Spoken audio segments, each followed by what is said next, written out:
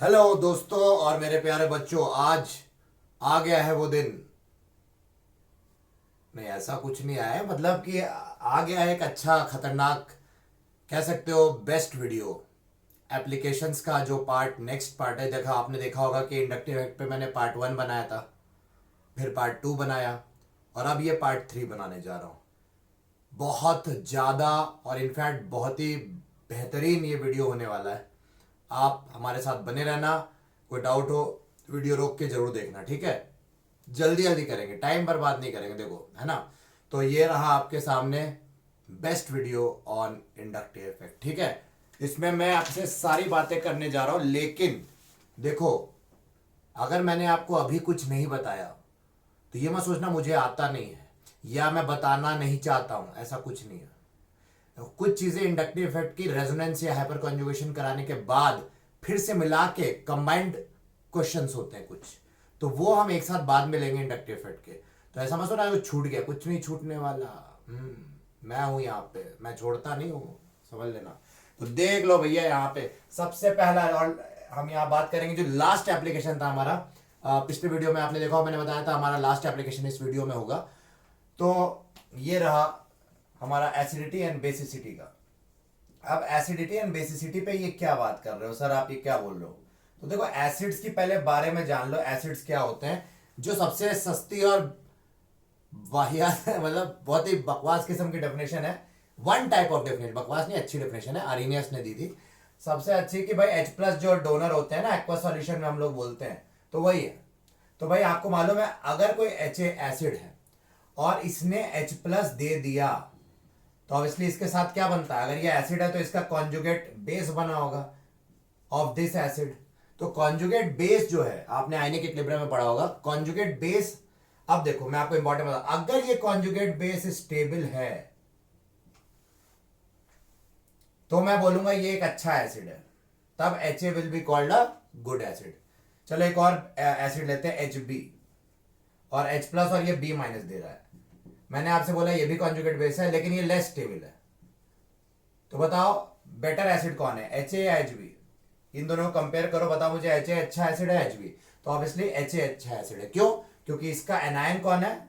ये। और इससे कॉन्जुगेट एनायन कौन है? ये। कौन ज्यादा स्टेबल? ये। तो जिसका एनायन कॉन्जुगेट वाला ज्यादा स्टेबल, वो एसिड ज्यादा स्ट्रॉन्ग। ये रूल माइंड में बैठा लो, एसिडिटी का सबसे सिंपल रूल, ठीक है। तो स्टेबिलिटी ऑफ कॉन्जुगेट एनायन पे एसिडिटी डायरेक्टली प्रोपोर्शनल है। तो ये हमारा सस्ता सी बात हो गई, acidity directly proportional to stability of क्या? Conjugate anion. ठीक है, मैं मिटाता जाऊंगा, रोक के देखते रहना, ठीक है। आगे बढ़ता हूं। अब देखो, आपने ये तो समझ लिया, अब ये बात हो गई आपकी। तो आपको स्टेबिलिटी पहले चेक करनी है एसिडिटी के सवाल में, और जो भी ज्यादा स्टेबल एनायन वो उसका कॉन्जुगेट ज्यादा है, अच्छा एसिड। और आपको मालूम है ये बात, एक अब आपको एक सस्ता ट्रिक देता हूं। Acidity inversely proportional to basicity, ये तो बच्चा बच्चा जानता होगा मेरे ख्याल से, कि एसिडिटी बढ़ाओगे बेसिसिटी कम होगी, ये तो कोई बड़ी बात नहीं है। आपने आयनिक इक्विलिब्रियम में पढ़ रखा होगा, acidity directly proportional to dissociation constant for acid. K क्या है? Dissociation constant for acid. Inversely proportional to K B, क्यों? क्योंकि basicity directly proportional to K B होता है। के आपको मालूम है पीके क्या होता है? माइनस लॉग ऑफ के। आयनिक इक्विलिब्रियम में pK is equal to minus log of K. तो पीके जो स्केल है, तो अगर के यहाँ पे है तो ये इनवर्सली प्रोपोर्शनल हो जाएगा पीके के, क्योंकि माइनस टाइम्स है ये। के बढ़ेगा तो ये माइनस टाइम्स कम हो जाएगा, ये मतलब उतना। और डायरेक्टली प्रोपोर्शनल टू पीके भी। कुछ छूटा तो नहीं है, ठीक है। तो ये हमें पता होना चाहिए।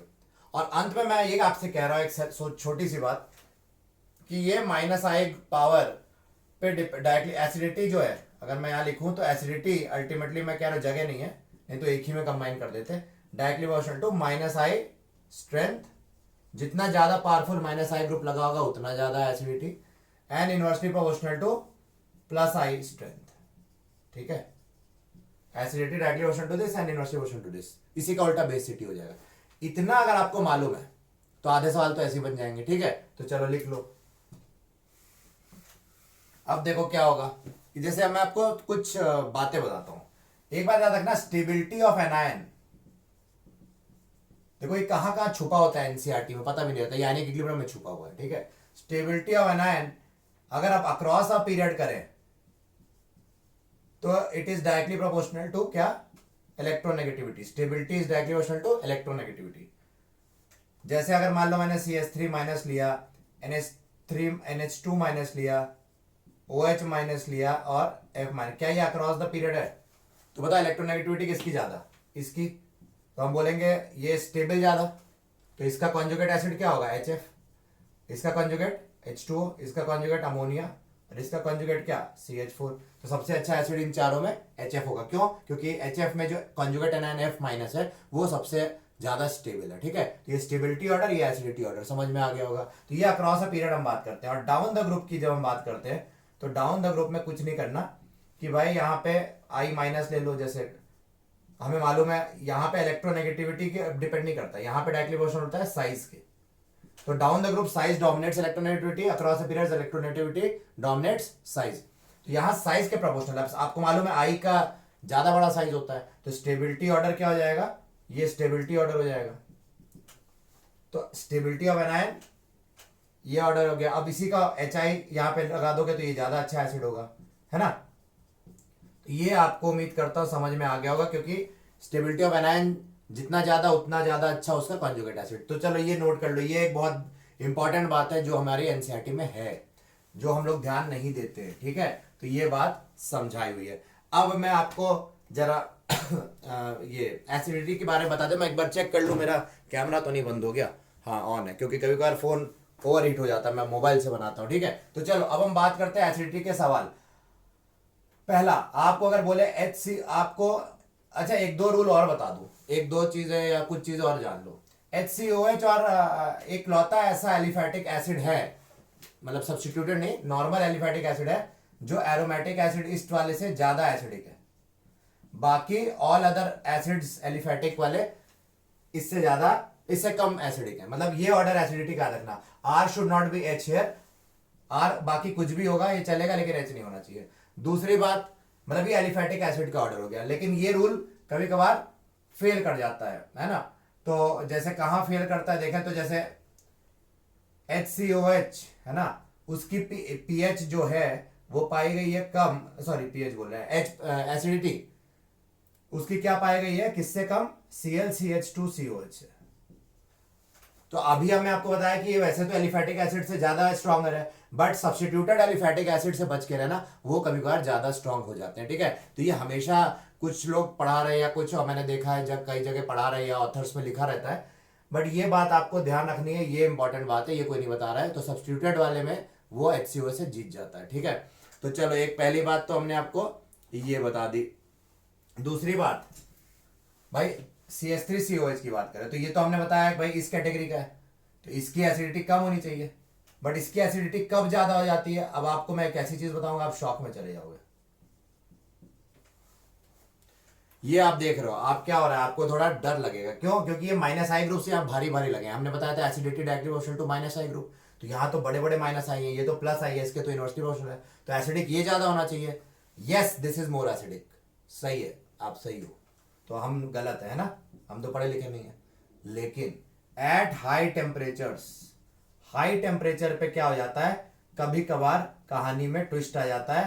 कौन ज्यादा एसिडिक हो जाता है? ये भाई, ये मैं नहीं कह रहा, ये बड़े बड़े ऑथर्स कह रहे हैं। ठीक है, यहां पे क्या ऐसा हो जाता है भाई कि यहां पे थर्मोडायनेमिकली डेल्टा जी की जो वैल्यू है वो फेवरेबल हो जाती है इसकी आयनाइजेशन के लिए। इसकी आयनाइजेशन जल्दी होती है, तो जब इसकी आयनाइजेशन होती है तो डेल्टा जी की जो वैल्यू आती है हमारे पास, वो आती है 1.5 किलो जूल, यानी कम आई, और इसके लिए 27 किलो जूल के आसपास आती है। तो इसकी कम है, मतलब ये ज्यादा स्पॉन्टेनियस होगा इसका टूटना H+ में, तो ये जल्दी एसिड, ज्यादा एसिडिक है, लेकिन हाई टेम्परेचर पे। ये बात आपको याद रखनी है, एक्सपेरिमेंटल डेटा है। ठीक है, मैंने नहीं बोला।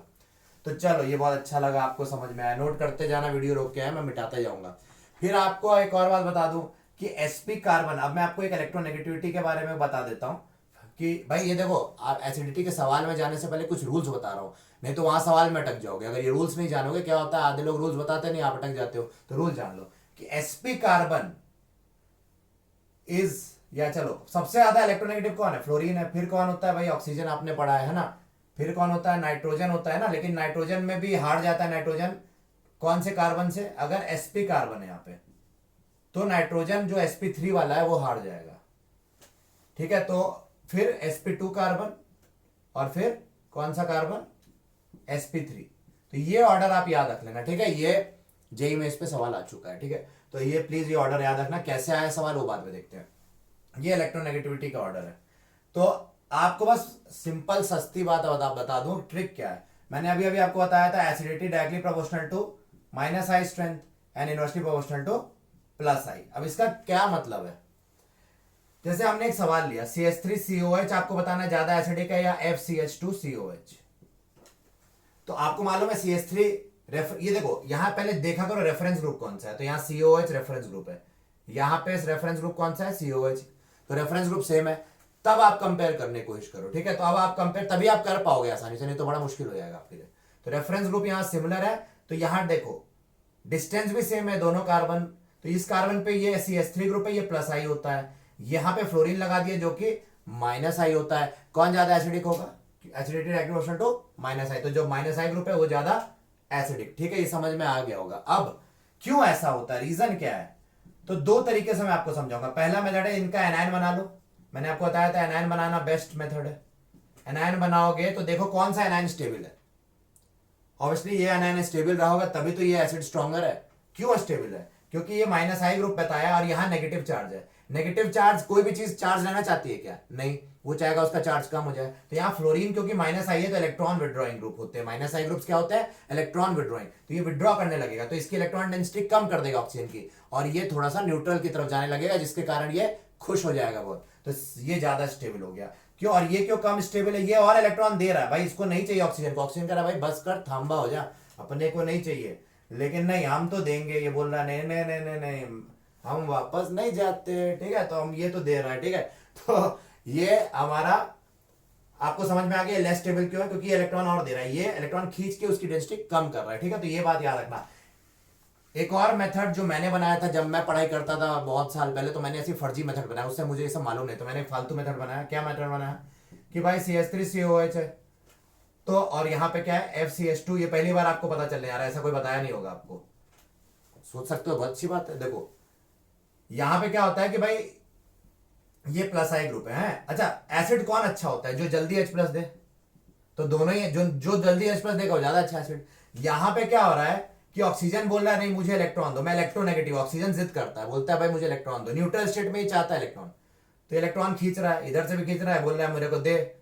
अब इधर ऑलरेडी एक इलेक्ट्रॉन देने वाला ग्रुप है और इधर क्या है, इलेक्ट्रॉन खींचने वाला ग्रुप है। तो ये जब इलेक्ट्रॉन खींच ले रहा है तो क्या ऑक्सीजन के पास इलेक्ट्रॉन पहुंच रहे हैं, नहीं पहुंच रहे, उतने नहीं पहुंच रहे जितने पहुंचने चाहिए। तो ऑक्सीजन बोल रहा है भाई तू अपने ये वाले बॉन्ड का इलेक्ट्रॉन मुझे दे, और तू कट यहां से, तू निकल।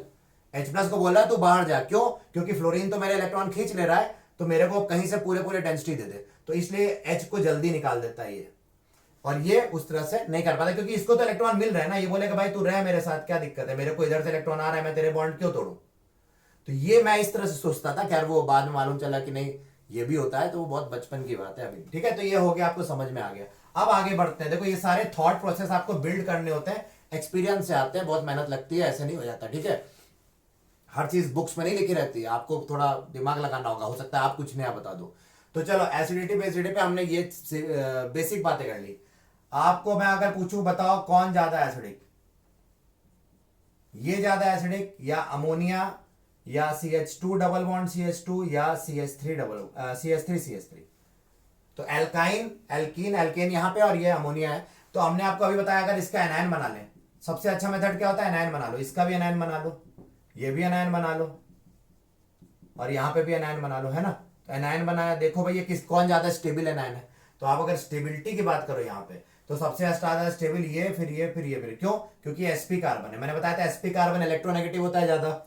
sp3 नाइट्रोजन है, sp2 ये sp2 है, और ये जिसपे नेगेटिव है वो क्या है, sp3। तो ऑब्वियसली मैंने आपको बताया था जो ज्यादा इलेक्ट्रोनेगेटिव है कौन होता है, sp कार्बन। उस पे नेगेटिव चार्ज ज्यादा अच्छे से स्टेबलाइज रहेगा ना, क्योंकि इलेक्ट्रोनेगेटिव एटम तो ऐसे भी चाह रहा था इलेक्ट्रॉन आ जाए कहीं से, तो यहां पे इलेक्ट्रॉन रख दिया तो ये खुश है अपनी लाइफ में, तो ये स्टेबल है। उससे कम ये, उससे कम ये, उससे कम है। अभी आपको इलेक्ट्रोनेगेटिविटी का ऑर्डर बताया था, तो ऑब्वियसली ये स्टेबिलिटी ऑर्डर, तो देयरफॉर ये एसिडिटी ऑर्डर हो जाएगा। ये याद रखना, यही आया था जेई में, ठीक है। तो इंपॉर्टेंट बात।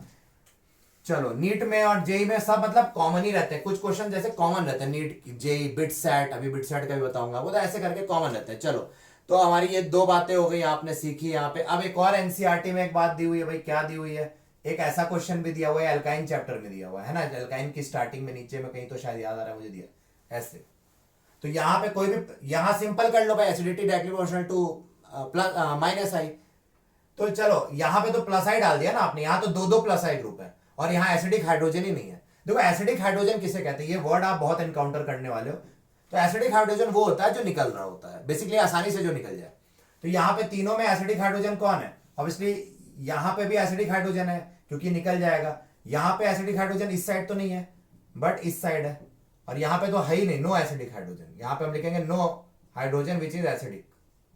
तो क्या होगा कि यहाँ पे sp है तो ये तो स्टेबल हो रहा है, यहाँ पे क्या है, ये भी sp स्टेबल हो रहा है, लेकिन इसको ये प्लस आई ग्रुप क्या कर रहा है, और इलेक्ट्रॉन दे रहा है। तो जिसके कारण ये अब उतना भी इलेक्ट्रॉन नहीं चाहता ना, एक लिमिट तक चाहता, मैंने आपको बताया। तो ये प्लस आई जबरदस्ती इलेक्ट्रॉन दे रहा है, तो ये लेस स्टेबल हो गया। और यहाँ पे तो भाई एसिडिक हाइड्रोजन ही नहीं है, तो यहाँ तो सबसे घटिया, ये तो मतलब क्या बोलते हैं, H प्लस रिलीज ही नहीं कर रहा है ढंग से, तो ये बात हो गई यार, रिलीज ही नहीं होगा। तो ये हमारे चीज हो गई। तो ये हमारा एसिडिटी ऑर्डर, ये हमारा स्टेबिलिटी ऑर्डर, ठीक है। चलो नेक्स्ट बात करते हैं। और क्या उठा सकते हैं भाई, हाँ, और हमारे एक्सेप्शन में आता है ये मिथेनॉल। मिथेनॉल पानी, इसमें बड़ा कंफ्यूजन है, मैं देखता हूं। और इथेनॉल दे देंगे, इथेनॉल मतलब या कोई भी अल्कोहल जिसमें RCH3 नहीं है।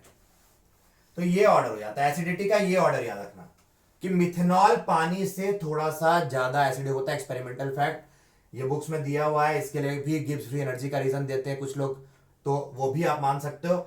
और ये ऑल अदर अल्कोहल कम एसिडिक होते हैं। तो ये रट लेना, ये सब इंपॉर्टेंट बातें बता रहा हूं, जो एक्सेप्शन, जो कहीं कहीं जो आपसे पूछा जाएगा, जो टेस्ट करते हैं वो यही सब करते हैं, ठीक है। तो ये इंपॉर्टेंट हो गया कि भाई मिथेनॉल ज्यादा एसिडिक होता है पानी से, ठीक है। कुछ ऑथर्स देख रहा नहीं वाटर ज्यादा एसिडिक है, वैसे भी लोग हैं, तो हम वो भाई बचेंगे वैसे लोगों से, ठीक है। चलो आ जाओ, और क्या बता दें आपको, बताओ क्या बता दें। चलो अब बढ़िया बातें बताते हैं। तो अभी तक आपने क्या घटिया बातें सीखी, नहीं बढ़िया ही सीखी ना, तो अच्छी बात ही सीखी है। तो चलो अब आगे बढ़ते हैं। ये कौन सा हमारा पार्ट हो गया अभी, हमारा इंडक्टिव इफेक्ट। मैंने आपको अभी बताया था प्लस, एक पार्ट 1 बनाया था मैंने वीडियो, एक इंडक्टिव इफेक्ट पे पार्ट 2 बनाया, अभी इंडक्टिव इफेक्ट पे पार्ट 3 बना दिया है, ठीक है। तो अभी 3 पार्ट्स हो गए। अब पार्ट 4 जो होगा हमारा इंडक्टिव इफेक्ट का, वो लास्ट पार्ट होने वाला है, तो उसको जरूर देखना। यहां पे आपने सीखा एसिडिटी बेसिसिटी के जो कॉन्सेप्ट्स यूज होने वाले हैं हमारे सवालों में। अब नेक्स्ट लेक्चर मत मिस करना गलती से भी, नहीं तो बर्बाद हो जाओगे, क्योंकि आगे रेजोनेंस हाइपरकंजूशन में भी वो यूज होंगे। तो ये 4th लेक्चर जरूर देखना। ये लेक्चर आपने देखा, बहुत बढ़िया काम किया, और इससे पहले वाले भी दोनों देख लेना। मतलब इसके बाहर कोई क्वेश्चन आएगा नहीं, मैं इतनी गारंटी दे रहा हूं इंडक्टिव इफेक्ट में। तो ये आपको देख लो, ये 3 बातें आपने इस लेक्चर, ये 3 लेक्चर्स आप देख चुके हो। ये मेरा यहाँ 3rd लेक्चर चल रहा है। 4th पार्ट इसका जरूर देखना इंडक्टिव इफेक्ट का, वो हमारा अभी नेक्स्ट आएगा, ठीक है। तो वो मैं आपके लिए बनाने जा रहा हूं जल्दी, तुरंत। तो अब देखो इंडक्टिव इफेक्ट पार्ट 4 में मैं क्या बताने जा रहा हूं आपको, सवाल कैसे आएंगे एसिडिटी बेसिडिटी पे, उनको ढेर सारे सवाल सॉल्व करेंगे। स्ट्रेन के भी बारे में बात करेंगे, जब एंगल स्ट्रेन आ जाए तो एसिडिटी कैसे इफेक्ट हो जाती, और भी बहुत बातें करेंगे। तो देखते हैं, ठीक है। तो चलो, thank you so much for watching. आपको पसंद आया होगा तो जरूर शेयर करना, लाइक करना, सब्सक्राइब करना, और घंटा बजाते हैं ना, हाँ घंटा भी बजाना, और जो भी करना है करना, पर भाई सबका फायदा करना, फ्री में है भाई ये सब है, सबको फैलाओ। सब लोग इस समय मुश्किल में, कोचिंग्स भी अब देखो बंद कर दी गई है कोरोना की वजह से। तो अभी क्या है कि आप लोग की जिम्मेदारी है कि इसको शेयर करो खूब, है ना। क्योंकि क्या हो रहा है कि अब बेचारे बच्चे जो कोचिंग भी जाना चाहते थे वो नहीं जा पा रहे, और ऑनलाइन में लर्निंग में देखो वो बात नहीं आती। इवन तो ये भी एक ऑनलाइन प्लेटफॉर्म है, लेकिन यहाँ पे तो रिकॉर्डेड वीडियोस है ना, तो ये आपको ज्यादा फायदा करता है। देन लाइव इंटरेक्शन में क्या हो रहा है ना कि भाई कभी कभार वो ब्लर हो जा रहा है, कभी प्रॉपर वो, आधे लोग तो मैं देख रहा हूँ इतनी मतलब मूर्ख बना रहे हैं, मूर्खता मैं बोलूंगा नहीं, लेकिन कौन क्या कर रहा है, लेकिन बहुत मूर्खता हो रही है। ऐसे बैठे हुए टीचर वो बोल रहे हैं और बच्चे सुन रहे हैं। अरे यार, आप केमिस्ट्री बोल के कैसे पढ़ा सकते हो, आप ये बताओ। मतलब आपको लिखना तो पड़ेगा ना, वो बोल के पढ़ा रहे हैं भाई, स्कूलों में चल रहा है ये। हमारा एजुकेशन सिस्टम मतलब यहां तक पहुंच चुका है कि ये समझ क्यों नहीं रहा बेसिक बात है कि भाई ऐसे पढ़ाई नहीं होती कि आप बोल दो, या आप मैडम ने 2-4 चीजें टाइप कर दी, सर ने 2-4 चीजें टाइप कर दी, तो ऐसे नहीं। बहुत से स्कूल अच्छा सिस्टम भी अप्लाई कर रहे हैं, ऐसा नहीं है सारे स्कूल कर रहे हैं, लेकिन मैं इनकरेज करता हूं सब स्कूलों को अच्छे तरह आप प्लेटफॉर्म यूज करो ऑनलाइन भी। अभी उनकी गलती भी नहीं, देखो स्कूल्स की भी इतनी गलती नहीं, क्योंकि एकदम से हो गया, उनको भी नहीं मालूम था। अब आगे देखने के ना वो प्रिपेयर्ड रहेंगे। तो आप सब इंस्टीट्यूशन पर ट्रस्ट करो, वो आपके लिए अच्छा ही करेंगे, कोचिंग भी अच्छा करेंगे, स्कूल्स भी अच्छा करेंगे, हम भी अच्छा करना चाहते हैं। और हम कर रहे हैं, ठीक है। तो thank you so much for watching, take care, have a great day.